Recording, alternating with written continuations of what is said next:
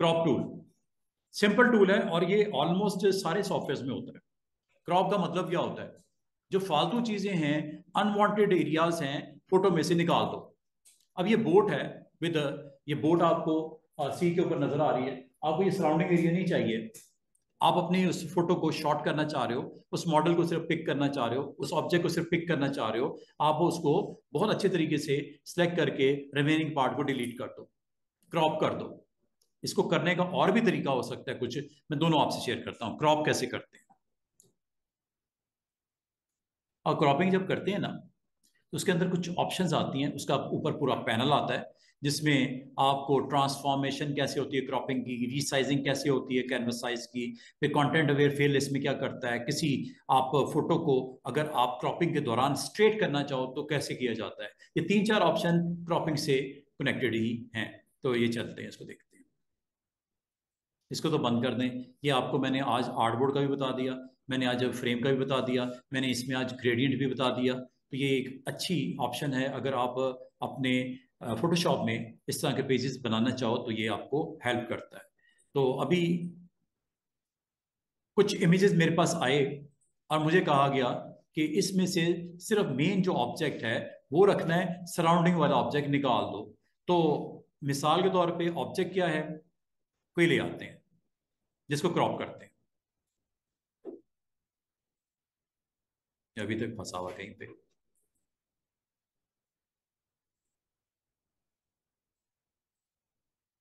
ये नहीं जी, हमें क्रॉपिंग रिक्वायर्ड है, आसान सा टूल है।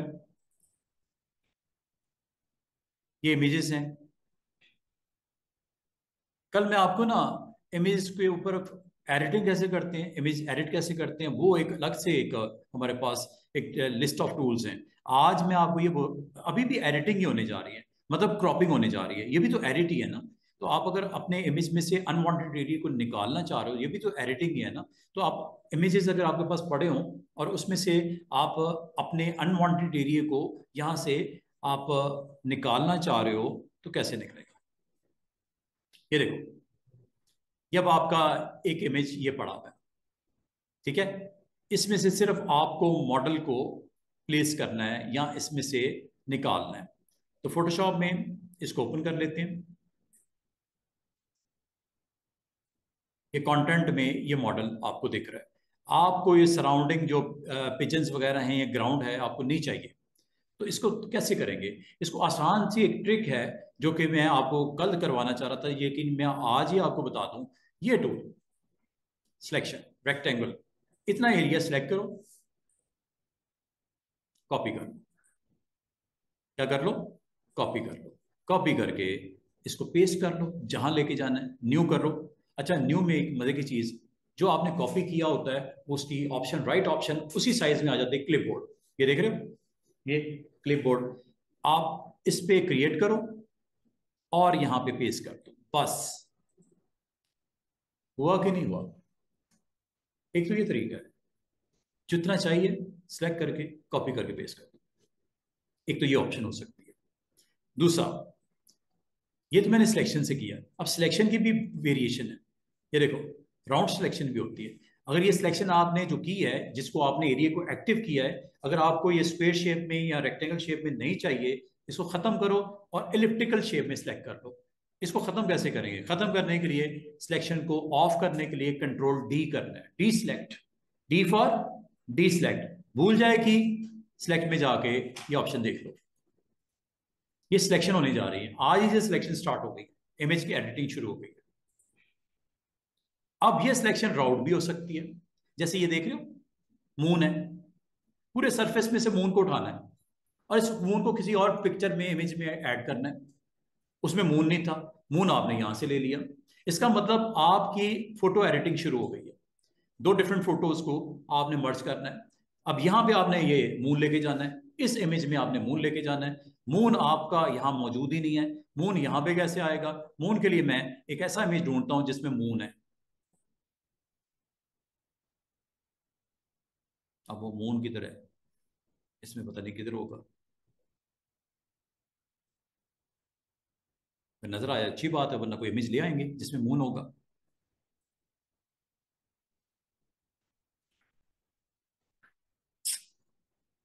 नहीं है, कोई बात नहीं, ये लो।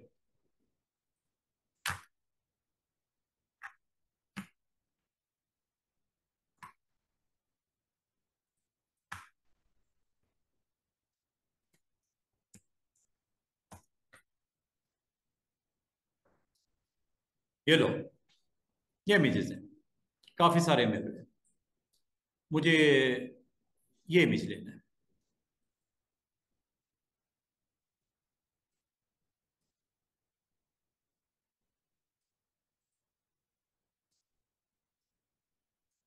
अच्छा, ये फ्री नहीं है। अच्छा, फ्री नहीं है तो फिर अब क्या करें?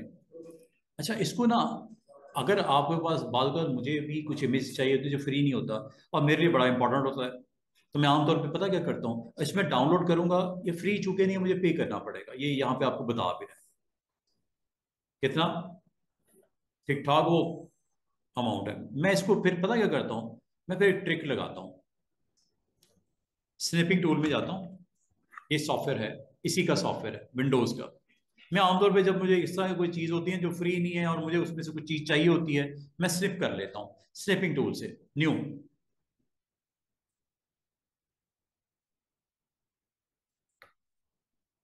उसको सेव कर लेता हूँ अपने पास। नाम रख देता हूँ मून इमेज। जहां रखना है आप रख लो। मिसाल के तौर पे मैं अपने उसी फोल्डर में जहां पे मेरे ऑलरेडी इमेजेस पड़े हुए हैं, डी ड्राइव पे, ग्राफिक्स में, इमेजेस में, स्काई, ब्लू स्काईज में, यहाँ पे सेव कर लेता हूँ मून इमेज। ठीक है, काम मैंने स्निपिंग टूल से ले लिया। नहीं तो ना सही, नहीं अवेलेबल, कोई मसला नहीं। अब मैं यहाँ पे जाऊंगा, फोटोशॉप में इस इमेज को लेके आऊंगा और यहाँ पे मून लगा दूंगा। इमेज किसी और जगह पे पड़ा हुआ है, उसको ओपन करते हैं। ओपन कर लें, ड्रैग करके ड्रॉप कर दो जैसे आप पसंद करो। ये जी हमारे वो ब्लू स्काइज के अंदर मैंने रखा था इसको, और ये है जी मून।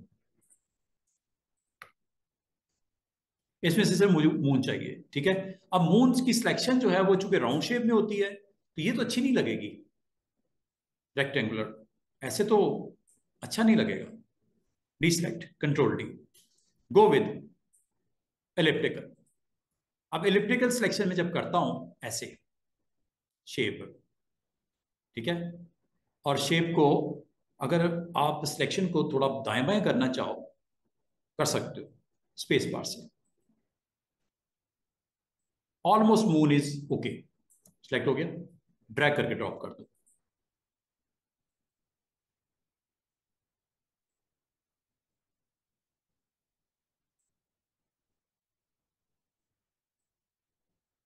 आ गया ना मून। सिलेक्शन में थोड़ी सी मिसिंग है, मैं एग्जैक्ट सिलेक्शन, अच्छी सिलेक्शन नहीं बनी। सिलेक्शन इससे भी अच्छी बन सकती है, उसके लिए आपको बाकी टूल यूज करने पड़ेंगे जो मैंने अभी नहीं बताए। अगर आपको मैं कहूं कि अभी आपको बता देता हूं, ये लो, सिलेक्शन अच्छी नहीं है, ये देखो एक्स्ट्रा आ गया ब्लू। मुझे बड़ी मेहनत करनी पड़ी गोल बनाने के लिए सिलेक्शन। कंट्रोल डी, इसका आसान सा ट्रिक, ये ले लो, ऑब्जेक्ट सिलेक्शन। इसमें अगर आप गौर करो, कौन सा ऐसा ऑब्जेक्ट है जो प्रोमिनेंट है? मून। बस इतनी सी बात है, और कुछ नहीं कहना उसको, सेलेक्ट सब्जेक्ट।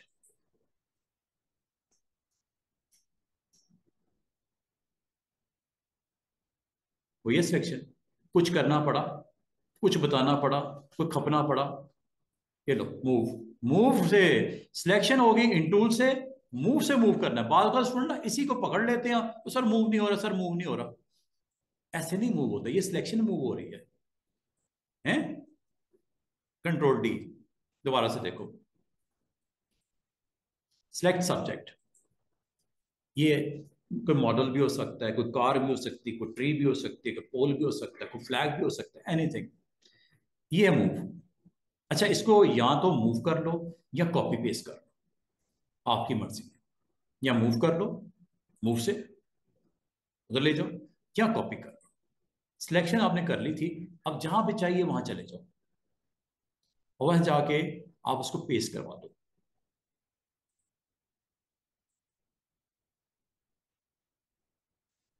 और इसको मून को अब मूव करो। मूव करना पड़ेगा, मूव टूल से होगा। ये लो, अब इन दोनों में फर्क है। ये बहुत जबरदस्त किस्म का सिलेक्शन एक्शन हुआ है, बड़ा परफेक्ट सिलेक्शन हुई है। जबकि यहां पे भी सिलेक्शन है लेकिन इतनी अच्छी नहीं है, क्योंकि टूल अगर आपने, आप ये कह सकते हो सर वो तो फिर बेकार टूल है। उसकी अपनी जगह पे इंपॉर्टेंस है राउंड शेप्स को सिलेक्ट करने के लिए जहां जहां आप चाहते हो। लेकिन अगर आप उसको मजीद एफिशिएंट करना चाहो, अच्छा करना चाहो और सिंपल करना चाहो तो टूल नंबर दिस। उम्मीद है आज आपको इन टूलों को भी समझ आनी शुरू हो गई होगी। बाकी टूल्स भी समझाऊंगा, कल ये सारे टूल्स आपके खत्म हो जाएंगे। कुछ तो आपको अभी समझ आ गए होंगे कि क्या काम क्या है इन टूल्स का। सिलेक्शंस, पूरे कैनवस में से वो एरिया सिलेक्ट करना जो चाह रहे हो। वो कोई घर भी हो सकता है, वो कोई कार भी हो सकती है, वो कोई मून भी हो सकता है, वो कोई आपका मॉडल भी हो सकता है। अगर मैं आपको कहूं इस मॉडल को यहां से उठा के एक इमेज में ले जाओ जो कि ये है, यहां पे मॉडल को लेके आना चाह रहा हूं, बिल्कुल उल्टा काम करना चाह रहा हूं। ये लो, अब आपको सर मॉडल कैसे ऐसे सिलेक्ट होगा। अभी आपको एक अच्छा सा टूल मैंने सिखा दिया है मॉडल को सिलेक्ट करने के लिए। अब आपकी मर्जी है कि आप स्क्वायर फॉर्म में मॉडल सिलेक्ट कर लो, बुरा लगेगा। आपकी मर्जी है कंट्रोल डी, पिछली सिलेक्शन खत्म करो, एलिप्टिकल सिलेक्शन कर लो, बुरा लगेगा। लेकिन हो सकता है आपको ऐसे ही चाहिए हो, कंट्रोल डी। फिर आपको अगर मैं ये कहूं लेसर टूल से सिलेक्ट कर लो, आपको सर ये क्या है, ये रफली सिलेक्शन करने के लिए होता है। कर ये भी सिलेक्ट ही रहा है, मूव करके देखो। अब एक चीज याद रखना, अगर आपने सिलेक्शन की है और लेयर आपकी गलत है फिर भी सिलेक्शन नहीं होती। अब मैंने लेयर 2 सिलेक्ट की हुई है, मॉडल पड़ा हुआ है इधर, ये जरूरी है। ये इंपॉर्टेंट चीज नोट कर लेना। जिस लेयर पे ऑब्जेक्ट होगा सिलेक्शन, अगर आपकी किसी दूसरी लेयर पे आपने एक्टिव कर दी कोई फायदा नहीं उसका। वो कह रहा है मैं क्या करूं, इधर तो है ही कुछ नहीं, क्या कर रहे हो आप, वो क्या कह रहा है देखो, could not move the selection because the selection selected area is empty। वो है ही कुछ नहीं भाई, उसने क्या करना है, उसका कसूर नहीं, कसूर आपका है। ये लो, अब आप करो सिलेक्ट। पहले तो पिछली सिलेक्शन खत्म करो। ये लो, सिलेक्शन जितना टाइम लगा लोगे, इसकी प्रैक्टिस कर लोगे, उतनी इन टूल्स की समझ आनी शुरू हो जाएगी। हर टूल की अपनी जगह इंपॉर्टेंस है। हो गया सिलेक्ट, मूव करो या कॉपी करके पेस्ट कर दो। ये लो, हो रहा है कि नहीं हो रहा मूव, जहां मर्जी ले जाओ, यहां से दूसरी फाइल में ले जाओ, यहीं से कॉपी करके पेस्ट कर दो, आपकी मर्जी। अंडू कर देता हूं। इसकी बजाय मैं कहूंगा यार ये वाले की बजाय अगर मैं अगला अटेम्प्ट करूं, इनमें और इनमें फर्क है। ये है रफ फ्री हैंड सिलेक्शन के लिए, ये है polygonal point two point straight selection के लिए। ये देखो,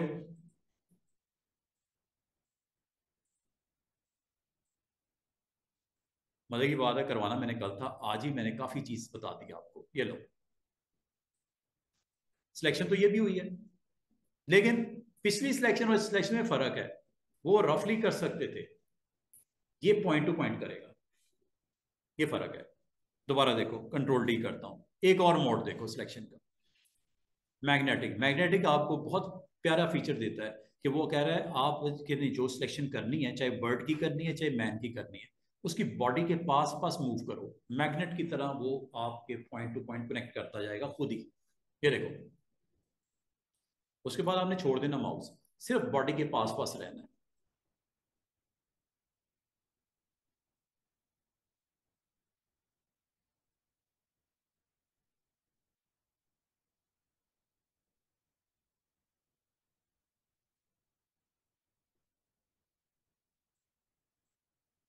अगर सिलेक्शन गलत हो तो ठीक कर लेते हो, अगर आप समझते हो यार थोड़ी सी और अच्छी हो जाती तो कितना अच्छा लगता। ये लो, डबल क्लिक कर दो, सिलेक्शन अब भी हुई है लेकिन कुछ मिसिंग है, ऐड कर लो। सिलेक्शन ऐड कर लो, ऐड यहां से होता है। याद होगा मैंने कुछ रोज पहले आपको कंबाइन करो क्या करवाया था, एड्स ऑप्शन का नाम क्या था, कंबाइन लेयर। एक था सब्ट्रैक्ट, एक सब्ट्रैक्ट था, एक इंटरसेक्ट था, एक एक्सक्लूड था, ये वही चीज है। इस ऑप्शन से जो सिलेक्शन आपकी मिसिंग है ऐड करवा दो। ये ना कर देना, ये अगर क्लिक कर दिया पिछली गई। ये है ऐड सिलेक्शन, ये है सब्ट्रैक्ट सिलेक्शन, ऐड करवाना है। ये लो,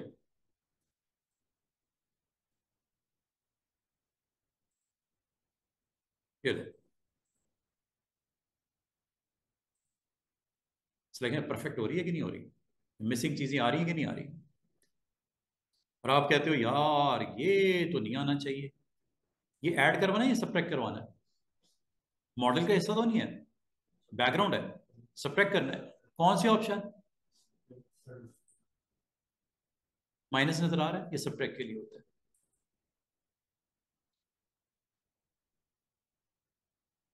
और अगर आप कहीं पे आगे पीछे हो भी जाओ कोई मसला नहीं, बैक कर लिया करो, बैक स्पेस, पीछे पीछे पीछे यहां से। और जहां पे आपको कोई डाउट हो कि सिलेक्शन वहां तक परफेक्ट होगी, आगे चलना है, क्लिक कर दिया करो और कंटिन्यू कर लिया करो।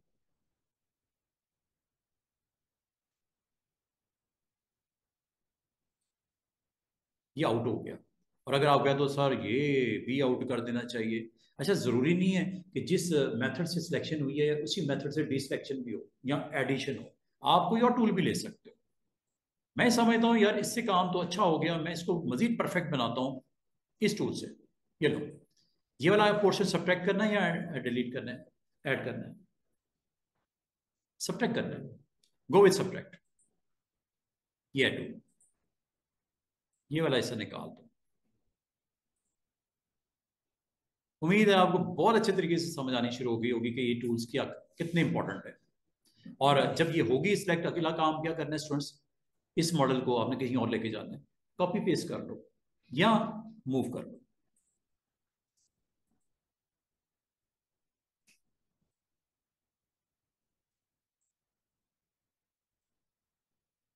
देख रहे हो क्या रिजल्ट आ रहे हैं। आप कहते हो यार साइज बहुत बड़ा है, वो फोटो जो पीछे पड़ी हुई है साइज भी छोटी थी, ये मॉडल का साइज बहुत बड़ा था फ्रेम का, ट्रांसफॉर्म कर लो, कंट्रोल टी।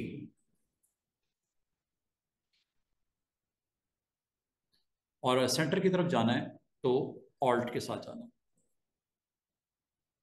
और ऑपोजिट साइड पे जाना है तो विदाउट एनीथिंग।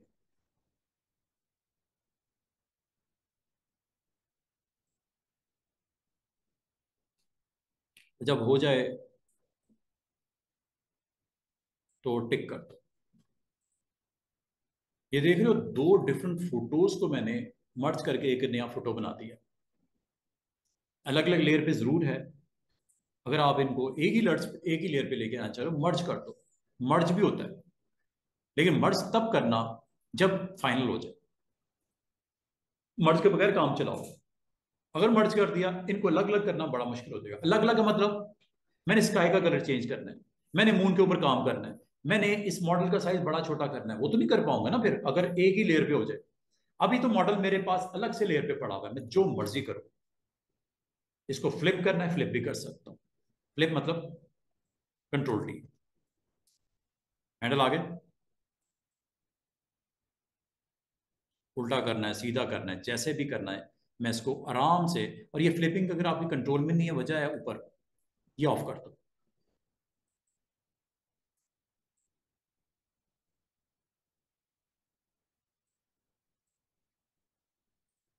सेम कॉपी निकाल लें,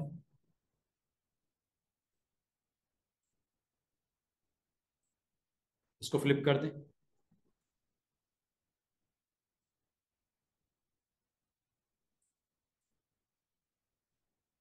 अब एक ही फ्रेम में आपने, जब ये डन हो जाए, अब ये सारे काम तब तक कर सकते हैं अगर अलग लेयर पे है, लेकिन अगर एक ही लेयर पे कर दिया, मैंने बहुत दिन पहले एक मर्ज की ऑप्शन करवाई थी, कंट्रोल ई इसकी शॉर्टकट की होती है, कंट्रोल ई अगर कर दिया, अब ये सारे ऑब्जेक्ट एक ही फ्रेम पे एक ही लेयर पे आ गए, अब मैनेज करना मुश्किल है, एडिट नहीं हो सकता, बहुत मुश्किल हो जाएगा। बहुत कुछ अभी भी हो सकता है लेकिन थोड़ा सा टफ हो जाएगा आप लोगों के लिए, तो ये थोड़ा सा सोच समझ के मर्ज करना, अंडू कर देते हैं। तो बताने का मकसद ये है, आज की डेट में एक अच्छी चीज आपने जो जल्दी जल्दी से मेरे से सीख ली है, अब आपको समझ आई है इन सारे टूल्स की अपनी अपनी जगह पे इंपॉर्टेंस है। कुछ मैंने बता दिए हैं, कुछ नहीं बताए। इसकी मैं एक छोटा सा डेमो कल दूंगा और ये साथ पूरा क्लियर हो जाएगा आपको इस सारे टूल्स के। मैं अभी आपको पता क्या है, मैंने जब आपका इस टूल पे क्लिक किया, इसके ऊपर प्रॉपर्टीज कुछ थी, फेदर की ऑप्शन और ये वो। इधर जब मैं क्लिक किया इसमें भी कुछ ऑप्शंस थी, मैंने अभी कुछ ऑप्शंस बताई हैं, कुछ छोड़ दी हैं। ठीक है, मैं इंशाल्लाह इसको फर्दर कल डिस्कस करूंगा। अभी मेरे पास है कोई आधा घंटा है।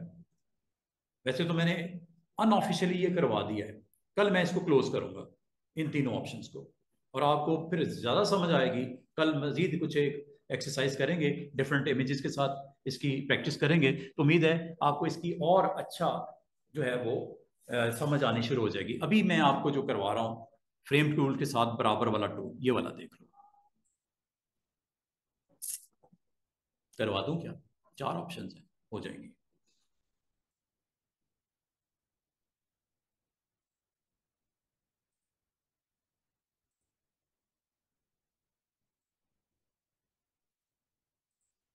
वैसे कैसा एक्सपीरियंस रहा इस टूल का? काम का है ना, मजे का। बस ये तो डिपेंड करता है कि आप किस सिचुएशन में हो और आपको इस टूल की कितनी जो है वो इसका यूज रिक्वायर्ड है अपने काम के लिए। ये देखो, अब मैं आपको क्रॉप के बारे में ये बताऊंगा कि क्रॉप करता क्या है एक्चुअली। बाज़ औक़ात कैनवस जो कि इस वक्त साइज इसका 8.5/11 है, क्रॉप का काम सिर्फ खत्म करना नहीं होता। क्रॉप का काम यहां तक भी हो सकता है कि इसका कैनवस का साइज बड़ा भी कर दो। इस वक्त कैनवस का साइज आपको दिख रहा है ना, 8.5/11। अगर आपको कहूं ये क्रॉप आपके लिए एक काम और भी कर सकता है, क्या? साइज बड़ा कर सकता है, किसका? कैनवस का। और छोटा भी कर सकता है साइज कैनवस का। हैंडल आपको नजर आ रहे होंगे, कुछ भी नहीं है कैनवस पे, खाली है। अभी मैं कुछ रख के भी करता हूँ क्रॉप, लेकिन अभी मैं आपको क्रॉप की इस ऑप्शन के बारे में ये बता रहा हूँ कि अभी अगर आपका कैनवस खाली भी है, तो अगर आप इसके हैंडल्स देखो, आपको चारों साइड पे हैंडल नजर आ रहे होंगे व्हाइट कलर के।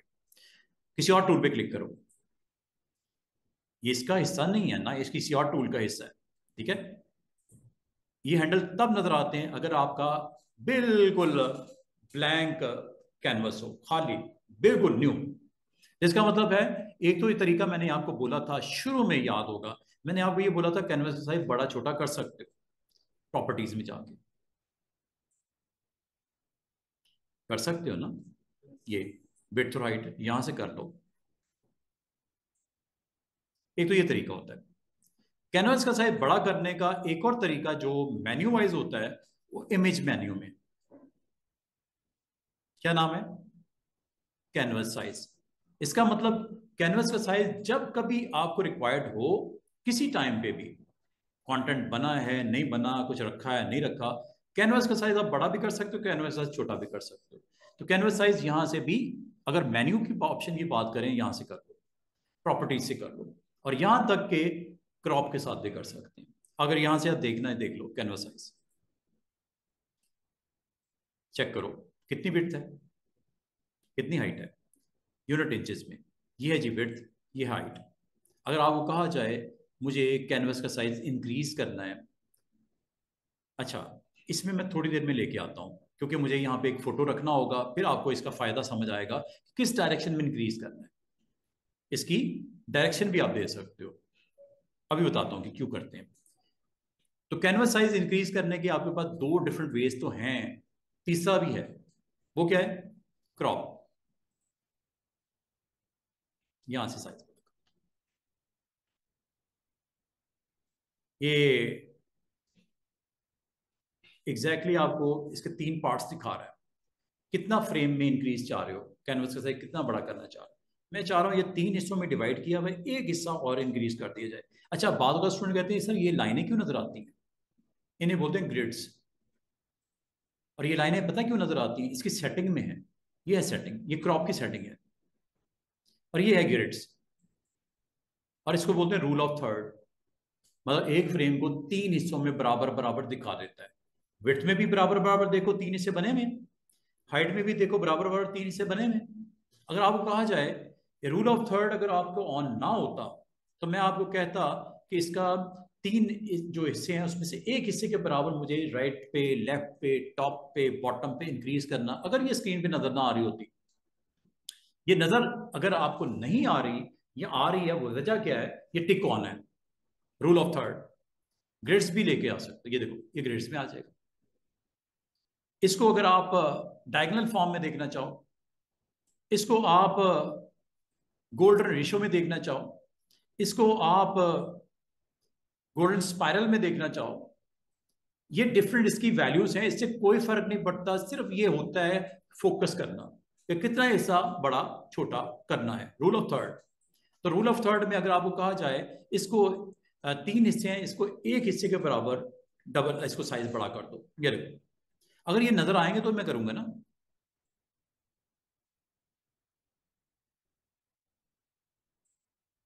कैनवस साइज बड़ा हो गया, या इसकी जो हाइट कम कर दो,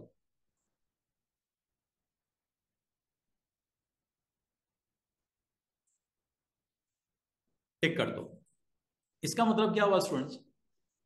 कैनवस का साइज आप क्रॉप से भी छोटा बड़ा कर सकते हैं। हालांकि क्रॉप का एग्जैक्टली मकसद ये नहीं होता, लेकिन ऑप्शन है अगर आप करना चाहो। अंडू कर देता हूं, और दोबारा से सुनिए, जब आप क्रॉप टूल पे क्लिक करते हो तो ये हैंडल आपको स्क्रीन के ऊपर वाजे नजर आते हैं, और ये हैंडल्स आपको अलाउ करते हैं कि आपका अगर क्रॉप के टूल को यूज करते हुए इसको आप बड़ा छोटा करना चाहो तो आप करके इसको देख सकते हो। और अगर आपको स्क्रीन के ऊपर इसकी ग्रिड्स को ऑन ऑफ करना हो, यहाँ से आप क्लिक करने से इसको ऑन ऑफ कर सकते हो। बाल का नहीं दिख रही होती, क्लिक करोगे तो दिखेगी। अब इसको किस फॉर्मेट में देखना है? इस तरह स्टाइल में देखना है, इस स्टाइल में देखना है, या इसकी मैं एक और रीजन बताता हूँ कि ये क्यों हम रखते हैं। ये रूल ऑफ थर्ड होता है, और ये ग्रिड बी फॉर्म में भी आप देख सकते हो। बाल का तो आपको इसको कम या ज्यादा करना होता है तो इसको फोकस करना रिक्वायर्ड होता है कि मुझे इतनी ग्रिड्स दिखानी है। ये देख रहे हो, रिमेनिंग को मैंने ऑफ करना है, ये देखो मुझे इतना ही दिखाना है, या मुझे इसको इतना ही दिखाना है। ग्रिड्स के इनसाइड ही फिट करना है फ्रेम को बराबर बराबर, वो एक्स्ट्रा एरिया हमने निकाल दिया। ये एक रीजन हो सकती है, कैंसिल कर देता हूं। इसका मतलब है जब आप क्रॉप को यूज करते हो, जरूरी नहीं कि आपका कोई कंटेंट मौजूद हो तो क्रॉप होता है, और कंटेंट नहीं भी मौजूद तब भी कैनवस साइज इंक्रीज डिक्रीज करने से भी आप ये टूल यूज कर सकते हो। अब अगली बात, अगर कोई फोटो होता तो मैं क्या करता? फोटो ले आते हैं कोई, और क्रॉप करके आपको जल्दी से इसकी प्रैक्टिकल एग्जांपल देख लेते हैं। कोई भी इमेज ले आओ जिसमें से आपको कुछ रिक्वायर्ड है क्रॉपिंग।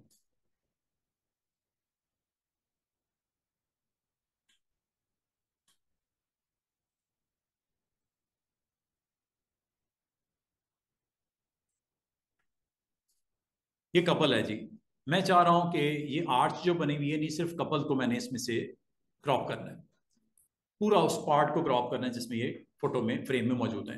तो क्रॉप टूल से आप इसको क्लिक करना, और क्लिक करने के बाद या तो इन हैंडल्स को यूज कर लो, एक तरीका ये हैंडल के साथ इसको सेट कर लो, या ये क्रॉप टूल को डायरेक्ट इसके ऊपर ट्रैम्प कर लो ऐसे।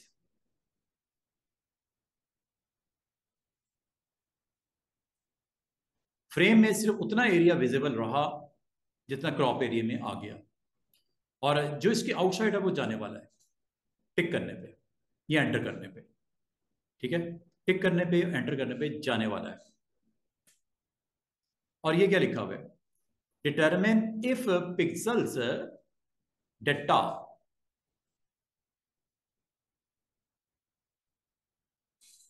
Outside the crop box is retained और डिलीटेड। बाल का आपको आज की डेट में तो यही चाहिए था, लेकिन कल आपको कहा गया इस फोटो के ऑनर ने, यार वो आर्ट से भी आनी चाहिए थी, आगो तो वो तो सर खत्म हो गई। खत्म नहीं हो गई, वो आपकी ऑप्शन के ऊपर ये इसमें सेट ये कर सकते हो कि डिलीट जो पिक्सल, असल में आपके पिक्सल्स हैं, जो सिलेक्शन आपकी हुई फोटो की उसमें पिक्सल आपके एक्टिव है। इस पिक्सल्स को वो अपने पास रिटेन रखना है, इससे आउटसाइड वाले को खत्म करना है, टोटली खत्म कर दे या रखे, आप इस टिक के ऊपर डिपेंड करते हैं। अगर आप गौर करो, ये ऑफ हो गया, ये ऑन हो गया, और जब आप ओके कर देते हो, बाकी एरिया किधर गया? क्रॉप हो गया। काम ही इसका था क्रॉप करना। और अगर आप इस पे क्लिक करो तो आपको सराउंडिंग वाला एरिया नजर नहीं आ रहा, क्योंकि आपने इसको टिक किया हुआ था, दैट्स वाई। अंडू कर देते हैं। अभी तो मैं कर सकता हूं, अभी तो मैं अंडू भी कर दूंगा, वापसी हो जाएगी। पिक्सल जो डिलीट हो गए वो पिक्सल ही थे ना, असल में ये पिक्सल से पूरा फ्रेम बना हुआ है। इमेज में पिक्सल्स ही होते हैं ना, तो पिक्सल्स के आपने जो इससे आउटसाइड वाले थे वो डिलीट कर दिए उसने, खत्म कर दिए, बिल्कुल फिनिश कर दिया। अंडू करता हूं, अब इसको ऑफ करके करता हूं। फिर इतने एरिया को, सपोज ये मॉडल का, ये मेल मॉडल है, इसको सिलेक्ट करते हैं।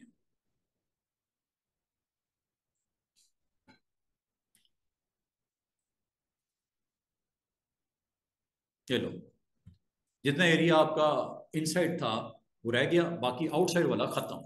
क्रॉप, क्रॉप ने करना ही ये था। अच्छा, क्रॉप टूल को क्लिक करता हूं, और यहां पे जैसे मैं क्लिक करता हूं अब और पिछले में क्या फर्क है? हाँ जी, रिटेन रखना है, आउटसाइड एरिया रिटेन रखना है या डिलीट कर देना है। जब टिक आपने ऑन कर दिया, इसका मतलब आपने डिसाइड कर लिया कि खत्म करना है। लेकिन अगर टिक ऑफ है तो आप कंफ्यूज हो, या आपका क्लाइंट के रखना है। अब आपको कहा गया सर फीमेल मॉडल को भी साथ में लेके आना था, तो अगर आपने इसको टिक करके डिलीट कर दिया, ये ऑप्शन की समझ आइए क्या करती है। एक टिक टोटली जो आउटसाइड एरिया है उसको डिलीट कर देगा, असल में पिक्सल को डिलीट कर देगा। पिक्सल जब फिनिश हो जाए तो रिकवरी तो नहीं हो सकती ना, पिक्सल को रिटेन रखे। डिलीट होने के बावजूद, सॉरी, क्रॉप होने के बावजूद उसको रिटेन रखना है, या क्रॉप से आउटसाइड एरिया को डिलीट करना है। क्रॉप आउटसाइड एरिया को रिटेन रखना है या क्रॉप आउटसाइड को डिलीट करना है। ये टिक करने का मतलब डिलीट करना है, टिक अगर नहीं है तो रिटेन रखना।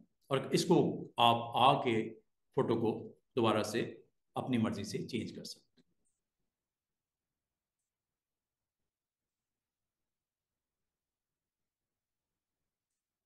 ठीक है, अगर आपको कहा जाए मेल नहीं चाहिए फीमेल चाहिए, ये लो, दोबारा क्लिक करो, आया कि नहीं आया सराउंडिंग।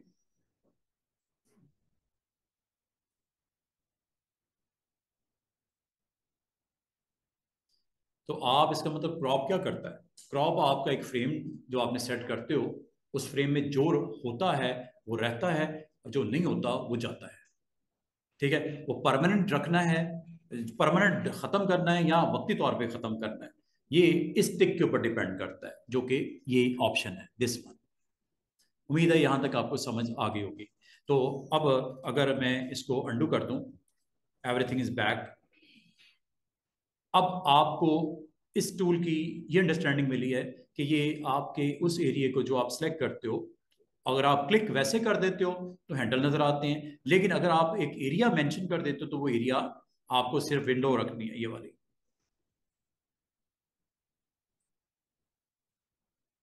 विंडो आ गई। इसको आपने किसी फोटो फ्रेम में आपने इस्तेमाल करना था, इसको क्रॉप कर दिया, बाकी आपको नहीं चाहिए तो निकाल दिया। इसको अब आप मूव कर सकते हो, ऐसे मूव करके, सॉरी इसको पहले आप सेलेक्ट कर लेना, सिलेक्शन के बगैर नहीं मूव करना, सिलेक्शन मस्ट है, सिलेक्शन भी तो करनी है ना।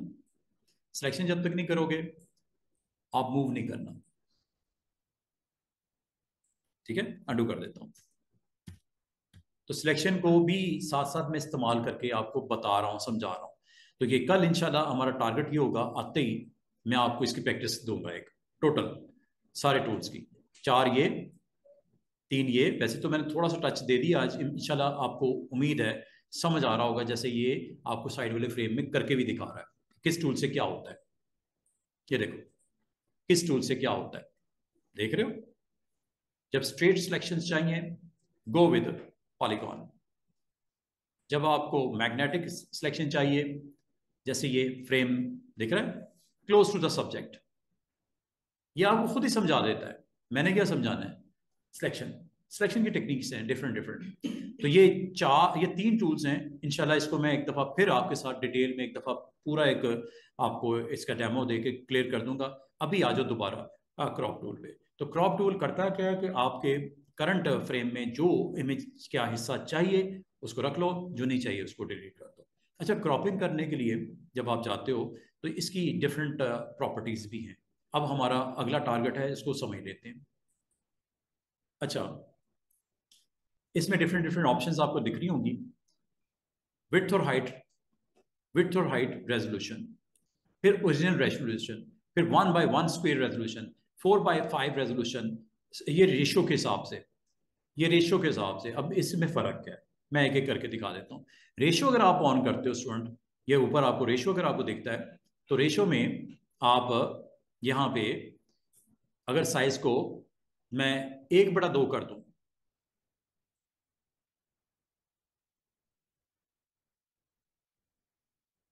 ये रेशियो, इसका मतलब ये होगा, ये जो फ्रेम का आपको हैंडल नजर आ रहे हैं ना, अगर मैं इसकी विड्थ कम करूंगा तो देखो, हाइट भी, विड्थ बढ़ा रहा हूं, हाइट भी, क्या इनके दरमियान में रेशियो है? 1/2। विड्थ अगर 1 है, हाइट कितनी है? उसकी दुगनी। फ्रेम की बात कर रहा हूं, ये फ्रेम, इस फ्रेम को आप ड्रॉ करने के बाद इसको दाएं बाएं आप अपने पिक्चर को मूव करके इसके अंदर फिट भी कर सकते हो ऐसे।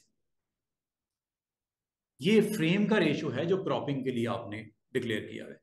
पहले क्या था? ओपन था। ओपन का मतलब कोई वैल्यू नहीं थी, ये भी खत्म और ये भी खत्म। तो इसका मतलब क्या होगा स्टूडेंट्स? कैंसिल कर देता हूं। इसका मतलब ये होगा कि आपने कोई रेशियो नहीं बताई, वो पूरे फ्रेम को सिलेक्ट करके बैठा हुआ है, और आप इसको यहां से अपनी मर्जी से फ्रीली कम भी कर सकते हो।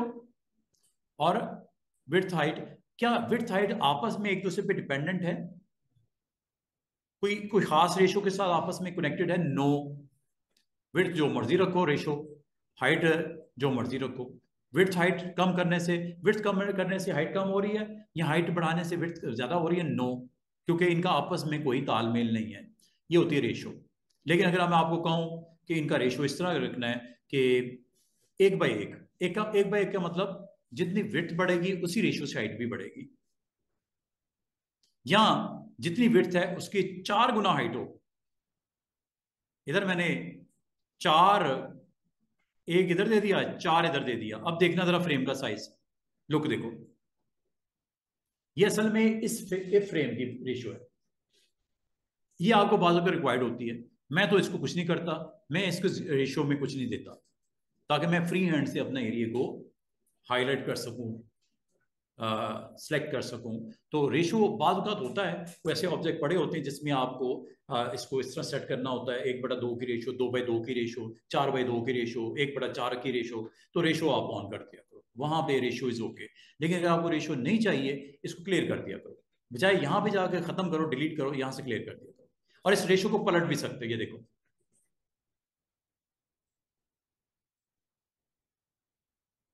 देख रहे हो? आपको मिसाल के तौर पे ये देख रहे हो, जब मैं छोटा कर रहा हूं तो उस हिसाब से वो छोटा कर रहा है, 4/1 की रेशो। बड़ा कर रहा हूं, 4/1 की रेशो से बड़ा हो रहा है साइज फ्रेम का। किसका? क्रॉपिंग एरिया का। और अगर आपको इसमें थोड़ा सा कंफ्यूज हो, आपको टैकल करने में, हैंडल करने में मसला हो रहा है, क्लियर कर दो। ये क्लियर करके आप अपने ओरिजिनल रेशो के ऊपर आप वापसी आ जाओ, स्केप कर दो। तो ये है रेशो।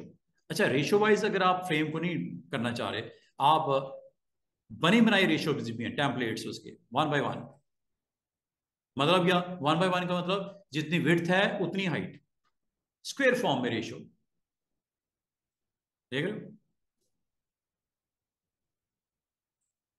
और ये बने बनाए हैं, बजाय ये, और मजे की बात है, जब यहां पे क्लिक करते हो ये देख रहे हो ऑटोमेटिकली इधर आ गया। इसका मतलब बने बनाए भी टेम्पलेट्स रेशो के हैं। 4/5, 4 ये, 5 ये, इनको स्वैप भी कर सकते हो। 16/9 स्वैप भी कर सकते हो।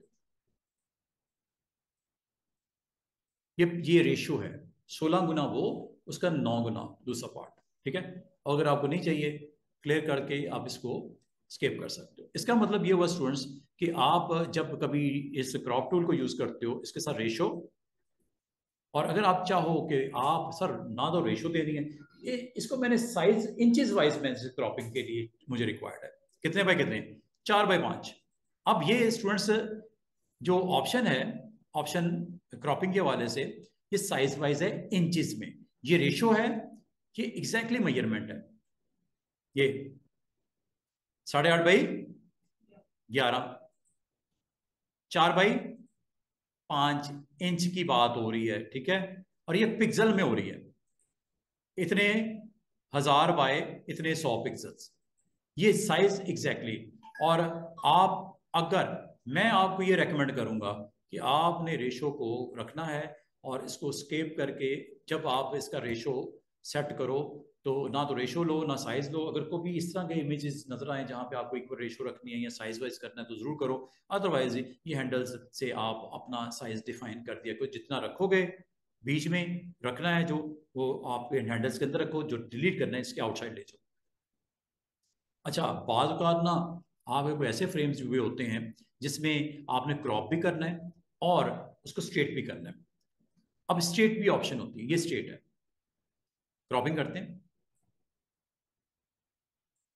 स्ट्रेट की ऑप्शन पे टिक करता हूं और ये देखो एक स्केल नजर आ रहा है, मैंने स्ट्रेट पे क्लिक किया, ये वाले बटन पे एक आपको स्केल नजर आ रहा है। आप इसको अगर चाहो इसकी वैल्यूज को क्रॉपिंग के बाद इतना टिल्ट भी कर देगा, स्ट्रेट कर देगा। बाद कोई ऐसे इमेजेस होते हैं जो थोड़े से स्लोप पे होते हैं, तो स्लोप इमेज को स्ट्रेट करने के लिए आमतौर पे इसे इस्तेमाल किया जाता है। स्ट्रेटनर, इसकी स्ट्रेट वैल्यूज ये देख रहे हो, उतना उसने घुमा दिया। देखो पहले क्या था, जैसे क्रॉप किया, क्रॉप करने के बाद बाल आपके इमेज एक खास स्लोप के ऊपर थोड़ा टिल्ट हुए होते हैं, तो उनको आप करेक्ट कर सकते हो यूजिंग स्ट्रेट। क्रॉप भी होगा और स्ट्रेट भी होगा। आप जा रहे यार फोटो में थोड़ा सा, अगर इसको मैं इस एंगल के ऊपर क्रॉप, अच्छा ये हो गया यस करने पे, ठीक है। तो मैं इसको इस फॉर्म में इस एंगल पे दिखाना चाह रहा था, तो ना सिर्फ क्रॉप करता है बल्कि उस लेवल पे उसकी रोटेशन या उसकी स्ट्रेटनेस को कंट्रोल भी कर सकते हो। अच्छा, अब मैं इसमें एक और बड़ी इंपॉर्टेंट चीज जो आपको यहाँ पे दिख रही है मैंने बताई नहीं है, very important, content aware fill, बहुत इंपॉर्टेंट है। कंटेंट अवेयर फिल, इसकी क्या जरूरत पड़ती है, ये देखो, अंडू करता हूँ। स्टूडेंट जरा गौर कीजिएगा, इस फ्रेम में मैं ये चाह रहा हूं, मुझे राइट साइड पे थोड़ा सा फ्रेम को इंक्रीज करना है। फोटो फ्रेम में राइट साइड पे थोड़ा सा मैंने बाहर की तरफ लेके आना है, लेकिन जब मैं इसको क्रॉप के थ्रू बाहर की तरफ करूंगा व्हाइट हो जाएगा सरफेस, ये देखो। मुझे साइज थोड़ा बड़ा करना है, अगर मैं इस तरह बड़ा करता हूं जिस तरह मैं करने लगा हूं, देखिएगा ये अब आपका कंटेंट लाजमत उधर है ही कुछ नहीं, तो उसने वहां पे क्या आपको शो कर दिया, ब्लैंक। क्या हमारे पास एक ऐसी ऑप्शन है जो इस ब्लैंक को फिल कर दे, टिक करने से पहले उसको ऑन कर देना, इसे बोलते हैं कंटेंट अवेयर। कंटेंट अवेयर क्या करता है कि आपकी सराउंडिंग के पिक्सल को एग्जामिन करता है और उसके पिक्सल की रेपिटेशन कर देता है, उसकी जो आपकी वाइट स्पेस है, ये राइट साइड पे वाइट स्पेस है ना, अगर इस तरह मैं रखूंगा तो ये तो बुरा लगेगा ना। तो मैं इसको कंटेंट अवेयर टूल के साथ, कंटेंट अवेयर क्या करता है, कंटेंट को स्टडी करता है, जो इसका खास तौर पे जो बॉर्डर के ऊपर जिस तरफ आपने एक्सटेंड कर दिया है वहां पे कंटेंट को स्टडी करेगा और उसकी वैल्यूज को वहां पे प्लेस कर देगा। बाद का रिजल्ट अच्छे भी आते हैं, बाद का अच्छे नहीं आते, करके देखते हैं। ये ऑन कर देना, ये ऑप्शन मैंने अभी तक नहीं बताई, ये टिक करने से क्या होता है। इसका एआई जो टूल है बड़ा इंपॉर्टेंट, ये आपके कंटेंट जो बॉर्डर्स के ऊपर हैं उसके पिक्सल्स को स्टडी करेगा, उसको जाके पेस्ट कर देगा, ऑटोमेटिकली फिल कर देगा, कंटेंट अवेयर फिल। और अगर आप इसी तरह टिक कर दोगे विदाउट दिस तो ये ब्लैंक होगा। ये लो, अब क्या होगा, ये देखो कुछ वो कर रहा है। बाद में आपको फोटो का साइज बड़ा छोटा करना पड़ जाता है, कुछ ऐसी रिक्वायरमेंट्स भी होती हैं। अगर आप गौर करो उसने क्या किया, कंटेंट अवेयर फिल ने क्या किया, क्या उसका उस हाफ को जो कि ब्लैंक आने वाला था, क्या उसको फिल नहीं कर दिया। हाँ, इन पिक्सल को उठाया, उनको रिपीट कर दिया। और अगर ये नहीं करते तो अंडू कर देता हूं, अगर मैं इसको ऑफ किए बगैर करूंगा तो फिर क्या होगा, फिर ये होता,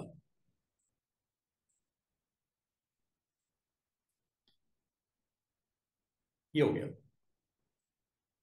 कंटेंट अवेयर फील्ड का कमाल देखा कि वो पिक्सल्स को देखता है। और अच्छा, इसको बाद कर ना, हम, मैं अगर आपको ये कहूं, इस फोटो फ्रेम में, स्टूडेंट जरा गौर कीजिएगा, इस फोटो फ्रेम में मैंने नीचे लेबल लगाना है, लेबल देना है, इन दोनों कपल्स का नाम देना है और साथ में लोकेशन बतानी है। अब ये कैसे मैं दूंगा, मैं फोटो को डिस्टर्ब नहीं करना चाह रहा हूं, फोटो को डिस्टर्ब नहीं करना चाह रहा, क्रॉप के थ्रू एक्स्ट्रा एरिया क्रिएट करूंगा ऐसे।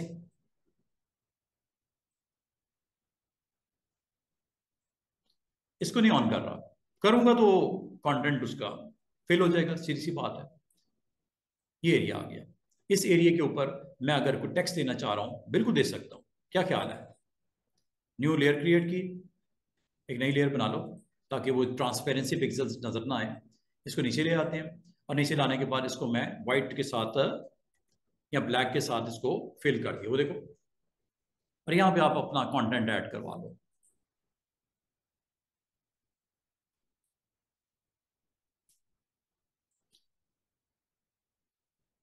हाँ, शादी होगी आपकी, अटेंडेंस, अटेंडेंस की बड़ी फिक्र है? अच्छे होते हैं स्टूडेंट ऐसे जिनको अटेंडेंस का फिक्र होता है, कोई होना चाहिए। ये लो मिस्टर एंड मिसेस,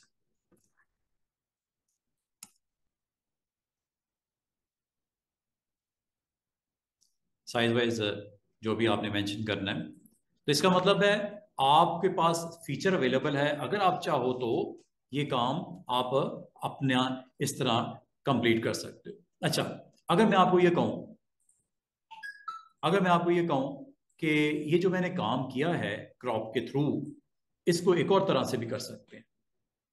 मैंने इधर देना जी, एक टाइटल लगाना है, ठीक है। यहाँ पे कैसल 2024 के नाम से मैंने इधर टाइटल देना है, वर्टिकल टाइटल देना है, इधर देना है या इधर देना है। अब ये देखो, आपने अपने इमेज को क्लिक किया, फ्रेम को, इमेज मेन्यू में गए, तो थोड़ी देर पहले मैंने आपको कैनवस साइज बोला था, कैनवस साइज यहां से भी आप सेट कर सकते हो, इंस्टेड ऑफ यूजिंग क्रॉप, ये भी एक ऑप्शन है। अब इसमें क्या करना है बताओ, किस साइड के ऊपर आपको स्पेस देनी है, क्या इधर देनी है, इधर स्पेस आएगी, ठीक है। और अगर आपने इधर देनी है, इधर स्पेस आएगी। और अगर ये बाय डिफॉल्ट ये सेंटर में होता है इस तरह। अगर आपने चारों साइड पे इंक्रीज करनी है स्पेस, कितनी कितनी करनी है, चारों साइड पे, दोनों साइड पे विड्थ में 2 इंच इंक्रीज करते हैं, 1 इंच लेफ्ट पे, इसका 2 का 1 इंच लेफ्ट पे, 1 इंच राइट पे होगा। अगर 4 करूंगा, 2 इंच लेफ्ट पे, 2 इंच राइट पे होगा। लेकिन अगर आपने चारों के चारों इंच लेफ्ट पे करने हैं, ये तरीका, चारों के चारों इंच राइट पे करने हैं, ये तरीका। और अगर ये सेंटर में होगा तो याद रखना ये इसके 2 पार्ट्स बना देगा, 2 इंच लेफ्ट, 2 इंच राइट। ओहो, क्या किया है? हम्म, क्या हुआ है?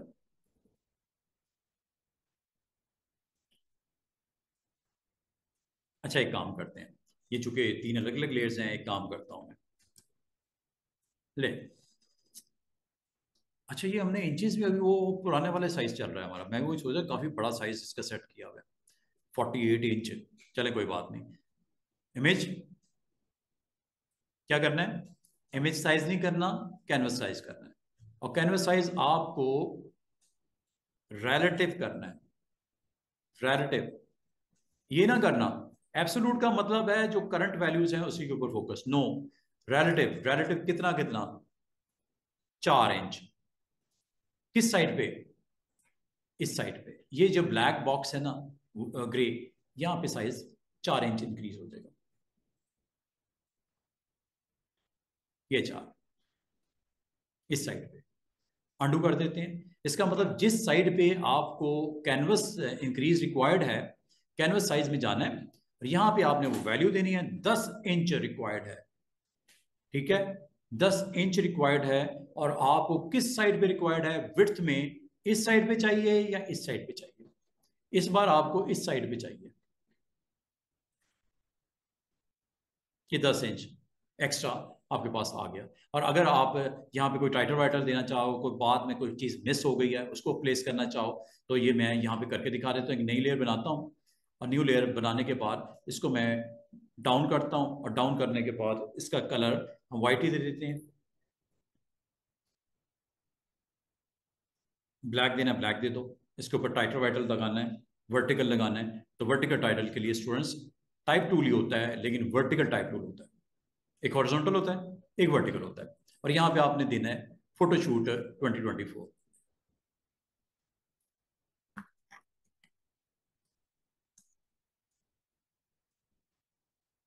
कलर ब्लैक के ऊपर ब्लैक तो नहीं दिखेगा, कोई टेंशन नहीं। आप इसके ऊपर डबल क्लिक करो, और कलर यहां से आप इसका वाइट कर दो।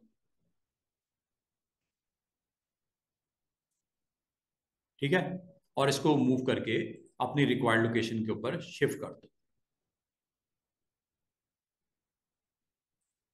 बाकी अगर आपसे कोई कहे कि इसको बेंड भी करना है, ये यहां से कर लेना।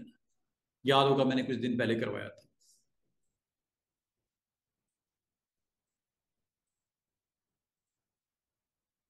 कितना करना है वो आप बता दो, वर्टिकल करना है।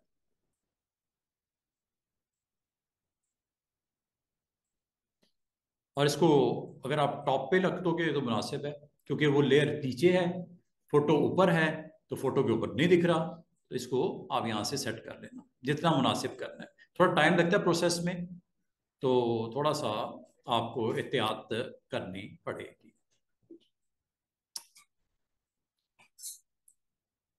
वो सुकून से कर रहा है। अभी थोड़ी देर में ना बड़े अजीब से रिजल्ट आएंगे।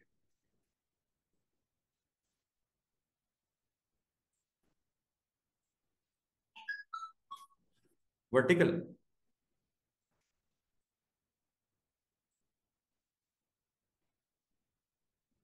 इसको ना ऊपर ले आते हैं टेक्स्ट को।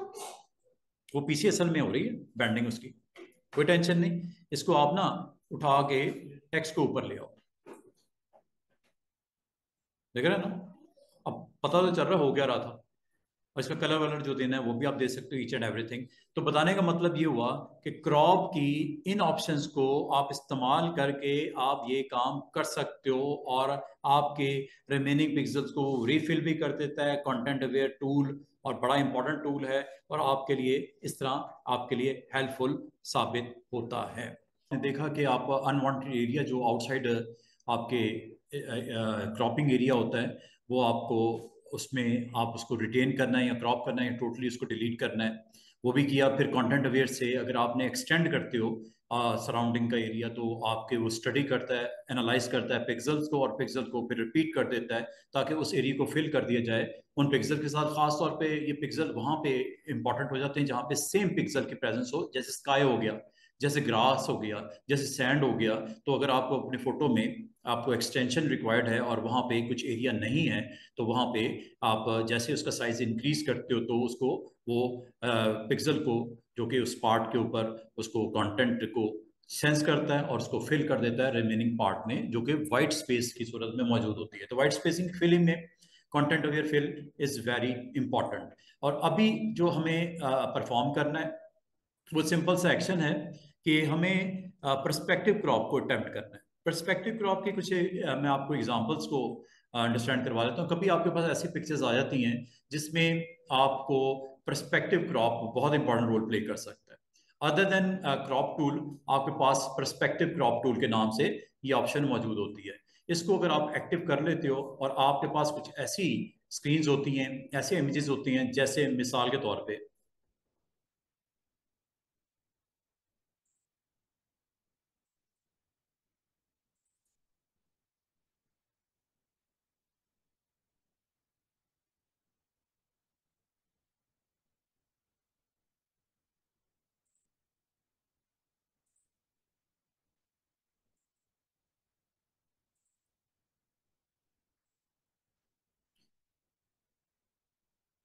मिसाल के तौर पे ये आपके पास एक नोटिस है, और ये आपने अपने फ्रेंड के साथ शेयर करना है।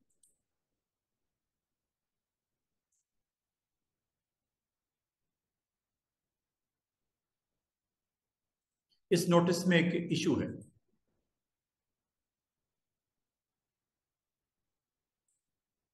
क्रॉपिंग रिक्वायर्ड है और ये नोटिस आपने फॉरवर्ड करना है किसी पर्सन को। जैसे मैं इसको जूम करके दिखा रहा हूं, इसमें मसला क्या आ रहा है स्टूडेंट्स, कि ये आपको व्यू जो है वो एक फ्रॉम फार टू क्लोज की तरफ थोड़ा आपको टिल्ट हुआ हुआ नजर आ रहा है।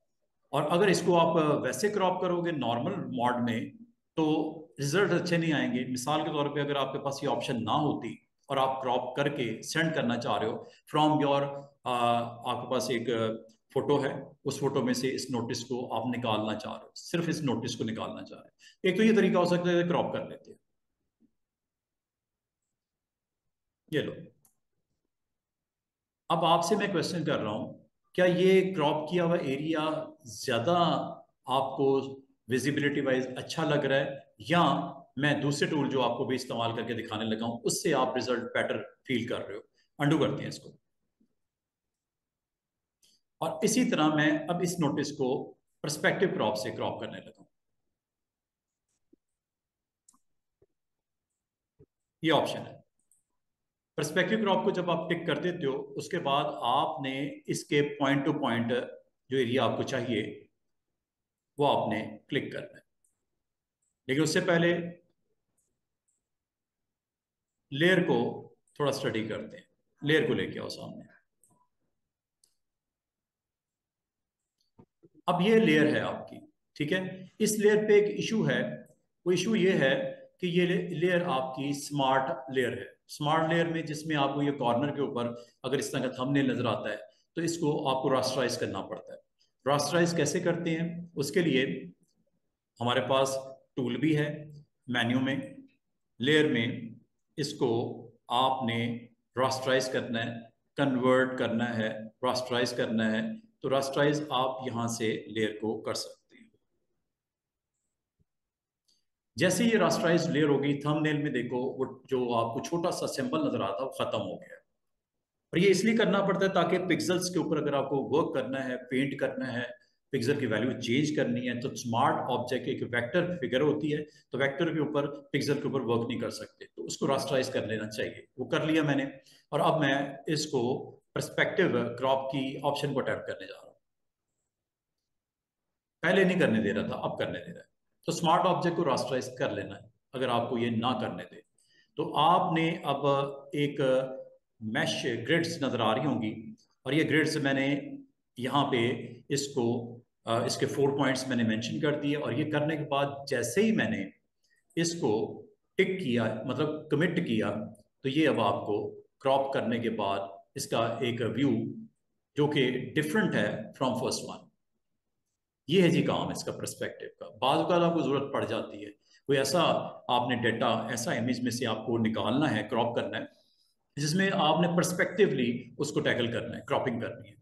तो ये एक अच्छी ऑप्शन है अगर आप इसको यूज करना चाहो। और अब आप इसको अपने फ्रेंड के साथ शेयर करोगे तो कोई इतनी मसला नहीं है, एक अच्छा आपका रिजल्ट सामने आ चुका है। तो पर्सपेक्टिव क्रॉप क्या करता है कि आपके उस एरिया में से उन पिक्सल्स को आपके लिए क्रॉप करके ले आता है, और उसका perspective view according to the जो आपके हैंडल्स हैं जो आपने इसके ऊपर प्लेस करते हो उसके मुताबिक ये आपको प्रोजेक्ट करके स्क्रीन के ऊपर दिखा देता है। तो ये अगर आप इसमें थोड़ा सा एक्सपीरियंस देखो तो आपको बेटर रिजल्ट नजर आ रहे हैं। तो इस तरह अगर आपके पास कोई कंटेंट हो लाइक दिस, ये मेरे पास एक आर्टिकल है जो कि बुक के ऊपर पब्लिश हुआ हुआ है, ठीक है। इसको भी चलें, इसके ऊपर भी अटेम्प्ट करके देखते हैं।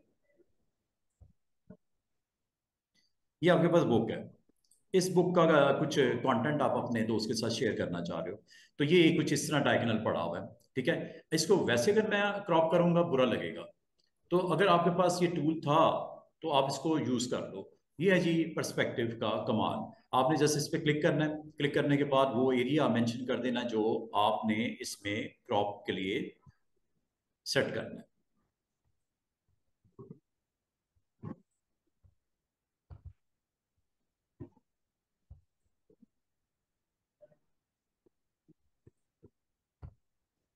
ठीक है।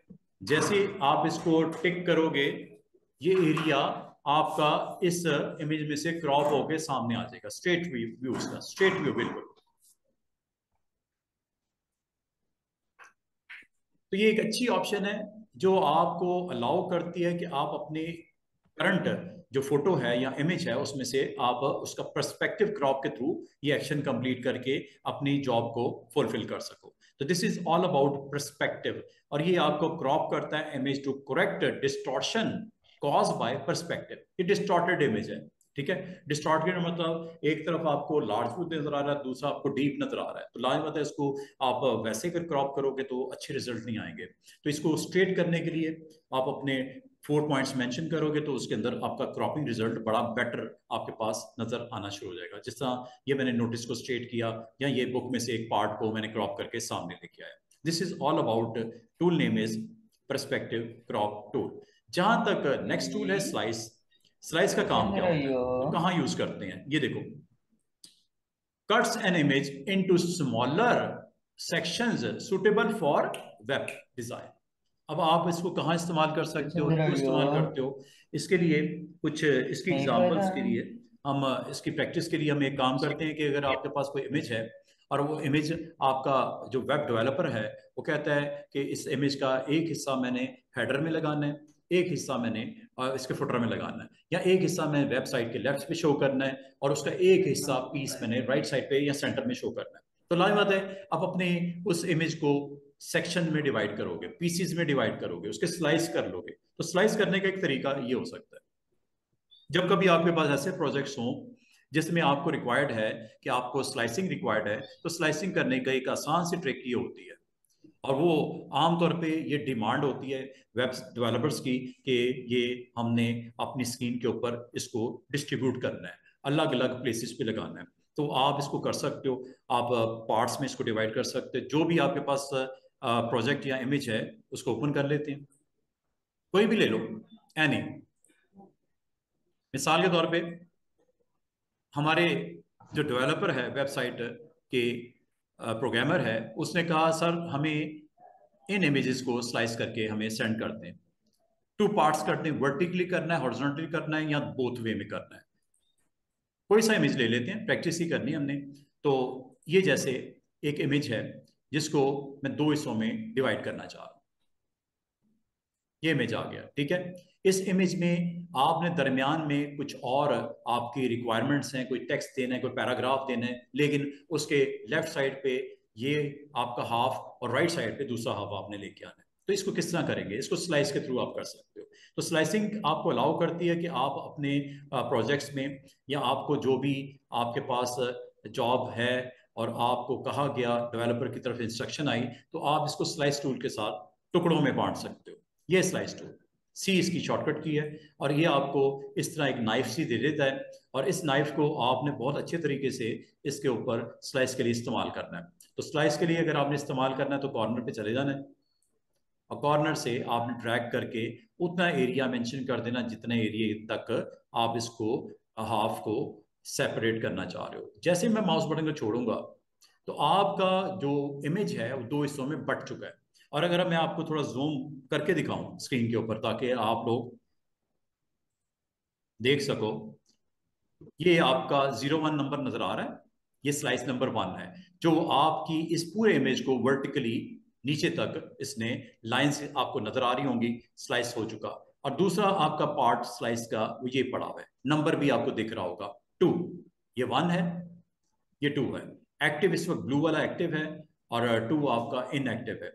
तो अगर आप इस हिस्से से इस हिस्से में जाना चाहो, या स्लाइस की डिवीजन को चेंज करना चाहो, स्टूडेंट स्लाइस की डिवीजन बाद में भी चेंज हो सकती है। मिसाल के तौर पे मैं ये चाह रहा हूँ हैंड तक जो है वो पार्ट 2 में आ जाए, और हैंड से जो लेफ्ट साइड पे है वो पार्ट 1 में ही रहे। तो इसके लिए आपके पास इसके साथ सपोर्टिंग टूल होता है जो कि स्लाइस सेलेक्ट टूल के नाम से मौजूद है, ठीक है। इससे स्लाइसिंग होती है, हो गई, एक एक्शन कंप्लीट हो गया। सेकंड एक्शन के लिए आपको आना पड़ेगा स्लाइस सेलेक्ट टूल में, और ये सेलेक्ट टूल आपको अलाउ करता है कि आप जो डिवीजन हुई हुई वर्टिकली वहां पे आपको डबल एरो हेड नजर आएगा, ठीक है। इस एरो हेड को आप मूव करोगे उस डायरेक्शन में जिस डायरेक्शन में स्लाइस की डिवीजन को आप कम या ज्यादा करना चाह रहे हो। तो ये आप देख रहे हो, इस स्लाइस की डिवीजन मैंने चेंज कर दी। पहले वो थोड़ा सा राइट साइड पे ज्यादा था, अब मैंने लेफ्ट पे कम कर दिया और राइट को मैंने ज्यादा, इसमें हैंड, लेडी का हैंड इसमें मुझे इसको करना था फिट इस एरिया में, तो ये मैंने कर दिया है। ठीक है, ये जो स्लाइसिस हो जाती हैं इनको अब सेंड भी करना होता है उस डेवलपर को जिसने आपको ये कहा था करने को। स्लाइस हो गया, अब इसको आपने उसको एक्सपोर्ट करना पड़ेगा। एक्सपोर्ट करने के लिए इसका जो सेकंड पार्ट है वो एक्सपोर्ट का आएगा। पहला हिस्सा स्लाइस का था, सिलेक्शन के थ्रू आप इसको कम ज्यादा जो करना था वो कर दिया, और अगर इसकी मजीद स्लाइसिंग करनी है वो भी की जा सकती है। Again you need to go with slice tool again. यहाँ पे जाके आप इस स्लाइस को मजीद अपनी जरूरत के मुताबिक, अगर आपको कहा जाए कि ये अबव हाफ हेड वाला अलग हो जाए, इसका बॉटम हाफ अलग हो जाए, वो भी हो जाएगा इसी टूल से करना, स्लाइस टूल। तो ये आपके फिर 3 से 4 5 6 जितने कहोगे, ये वर्टिकल स्लाइस हो या हॉरिजॉन्टल हो, दोनों तरह ये पॉसिबल था। अभी मैंने वर्टिकल स्लाइस किया, करने के बाद जो सेकेंड पार्ट इस प्रोजेक्ट का है वो ये एक्सपोर्ट करना। तो जब एक्सपोर्ट करोगे, चूंकि ये वेब के लिए बनाया गया, तो आपने फिर एक्सपोर्ट में उस ऑप्शन पे जाना है जो वेब के लिए है। अगर आपने इसकी टिप में देखा हो तो ये वेब डेवलपर की रिक्वायरमेंट थी, तो ये वेब सेव फॉर वेब आपने करना है। जब मैंने सेव फॉर वेब पे किया तो आपके पास स्क्रीन के ऊपर ये आपको टोटल उसका व्यू अगर आपने देखना है स्टूडेंट्स, तो व्यू देखने के लिए ये है जी जूम टूल। जूम टूल और मजीद मैग्नीफाई कर देगा, आप ऑल्ट प्रेस करके जूम आउट कर सकते हैं। तो जूम आउट जब किया तो आपको ये दो पार्ट्स यहाँ पे दिख रहे होंगे, और ये 1 लिखा हुआ नजर आ रहा है, ये 2 लिखा हुआ नजर आ रहा है। ठीक है, ये जूम इन जूम आउट इसके अपना इंटरनल जो टूल है उससे आप कर लेना। ये जूम का टूल इसमें खुद भी मौजूद होता है, और अगर आप किसी वजह से अगर आप स्लाइस टूल को सिलेक्ट करना चाहो, यहाँ पे इस एरिया में आना चाहो या इस एरिया में आना चाहो, तो ये यहाँ से आप इसकी ऑप्शन स्लाइस सेलेक्ट के नाम से मौजूद है। आप किसको देखना चाह रहे हो, इस पार्ट को देखना चाह रहे हो या इस पार्ट को देखना चाह रहे हो। बात का होता ही है कि आप दोनों स्लाइसिस को नहीं लेके जाना, सिर्फ एक स्लाइस को आपने एक्सपोर्ट करना होता है। ये भी पॉसिबल होता है, तो स्लाइस को सिलेक्ट करना पड़ता है। ये आपका स्लाइस नंबर 2 सिलेक्ट है, ये अब आपका स्लाइस नंबर 1 सिलेक्ट है। इसको करने के लिए आपने ये टूल यूज करना है। ठीक है, ये टूल मौजूद है, और जूम के लिए ये टूल मौजूद है। ये आई ड्रॉपर होता है, अगर आपने कलर को पिक करना हो, ये आप अगर जूम करते हो और जूम करने के बाद अगर आप वैसे ही इसके रिस्पेक्टिव आप इसको स्क्रॉलिंग करनी हो तो हैंड टूल भी मौजूद है। और ये जो भी आपने करना है, करने के बाद अगला एक्शन हमें करना क्या है, इसकी बनानी है आपने जेपीजी बनानी है, पीएनजी बनानी है, जिप फाइल बनानी है। मुझे जेपीजी बनानी है या पीएनजी बनानी, जो भी आप इसमें उसको इंस्ट्रक्शन दोगे, ये प्रीसेट आपको बताना पड़ेगा।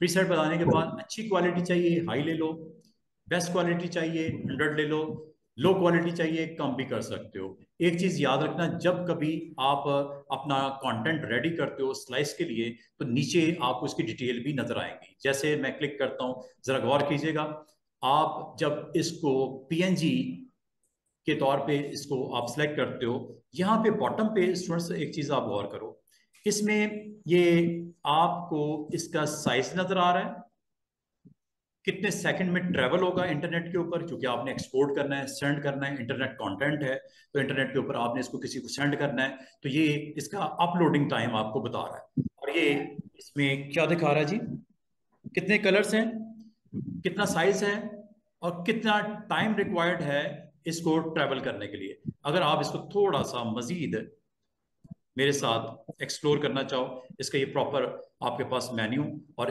अगर आप मैं यहाँ पे इसकी वैल्यूज को चेंज करता हूँ, ये देखना इसका साइज भी आपको यहाँ पे नजर आ रहा है। ये कितने सेकंड रिक्वायर्ड है, 706 सेकंड, कब जब इसकी इंटरनेट की स्पीड आपकी ये होगी, ये आपको टोटल डिटेल बता रहा है। देखो, बाज जगह पे फाइबर लगी हुई है, बाज जगह पे ओल्ड ट्रेडिशनल केबल्स लगी हुई हैं। तो आपने जो सब्सक्रिप्शन ली हुई है पीटीसीएल वालों से, वो कितनी स्पीड का कनेक्शन लगाया। अच्छी कंपनीज जो होती हैं वो अच्छी स्पीड के कनेक्शंस ला, मतलब उसको उतना पे ज्यादा करना पड़ता है। तो ये आपको यहाँ पे केबीज में भी नजर आ रही है, और नीचे बिल्कुल बॉटम पे एमबीज में भी नजर आ रही है। तो ये डाउनलोड टाइम है, किसके लिए? और कनेक्शन की स्पीड कितनी है? 2 Mbps, मेगाबिट पर सेकंड। ये बॉटम पे नजर, ये अगर आपका जो नॉर्मल कनेक्शन होता है मॉडेम की स्पीड होती है 54 किलोबिट पर सेकंड नॉर्मल। लेकिन अगर आप अच्छे कनेक्शन के ऊपर हो तो ये रिक्वायर्ड टाइम है ट्रैवल करने के लिए कितना? 706। लेकिन अगर आपने कंपनी ने अच्छा आपने सब्सक्रिप्शन ली हुई है, अच्छी स्पीड वाला कनेक्शन है, फाइबर लगा हुआ है, तो ये देखो 706 सेकंड के बजाय अब ये आपको डेटा को ट्रैवल करने के लिए जस्ट 20 सेकंड रिक्वायर्ड है। देख रहे हो, वो चेंज होगी वैल्यू, वो 20 सेकंड आ गया। और आगे एट द रेट, आगे स्पीड 2 Mbps। इसका मतलब ये हुआ कि आपकी ये जो फाइल बनने लगी है, लाजमी इंटरनेट के लिए आपने बनाई है, वेब डेवलपर के लिए बनाई है। और ये एक चीज याद रखना, वेब डेवलपर इसको अपनी वेबसाइट पे लोड करना चाह रहा है। तो ये जब आप कभी वेबसाइट के ऊपर विजिट करो, इमेजेस लगे होते हैं, और आपके जितने हैवी इमेजेस होंगे, ठीक है, हैवी जी इमेजेस होंगे, उतना टाइम लगता है उसको स्क्रीन के ऊपर आने में। तो ये आपने यहां से डिसाइड करना है कि आपकी इंटरनेट की स्पीड कितनी है, कौन सा परचेज आपने, कौन सा आपके पास नेट का कौन सा कनेक्शन लिया हुआ है, और इसमें आपने इसकी कौन सी ऑप्शन के थ्रू इसको एक्सपोर्ट करना है। अभी मैं ये अज्यूम करता हूं कि हम लोगों ने 2 Mbps का कनेक्शन है, 20 सेकेंड अपलोडिंग टाइम है। या आपने इसको सेट करने के बाद अगला काम जो आपने करना है स्टूडेंट्स, इसको आपने सेव करना है। सेव पे जैसे में स्लाइस कितने हुए हैं? 2 हुए हैं। सेव पे क्लिक करो। और कोई इसमें इंपॉर्टेंट चीज ये सेव।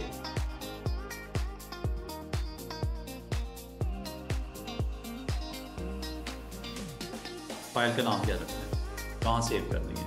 मैंने डेस्कटॉप पे मेरा क्लाइंट, इसका नाम उमर को मैं ये फाइल्स इमेजेस सेंड करना चाह रहा हूँ। This is for my company web pages.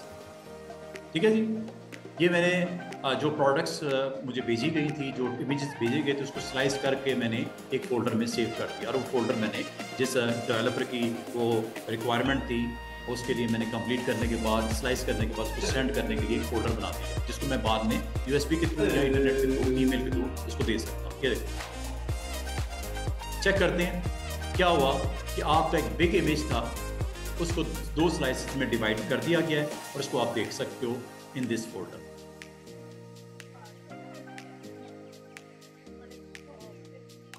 ये देखो, ऑटोमेटिकली इमेजेस का फोल्डर बन गया है, और उसमें 2 आपके पार्ट्स जितने आपने कहे थे उसके मुताबिक आपको ये बना के दिखा, जितना आपने स्लाइस किया था। इसका मतलब कभी आपके पास अगर इमेजेस हों और उसमें स्लाइसिंग रिक्वायर्ड है, वर्टिकल करनी हो या हॉरिजॉन्टल करनी हो, तो आप स्लाइस कर लीजिएगा। स्लाइस सेलेक्ट टूल से आगे पीछे अगर आपको उसकी साइज़ की रिक्वायरमेंट चेंज होती है तो आप उसको रीएडजस्ट भी कर सकते हो।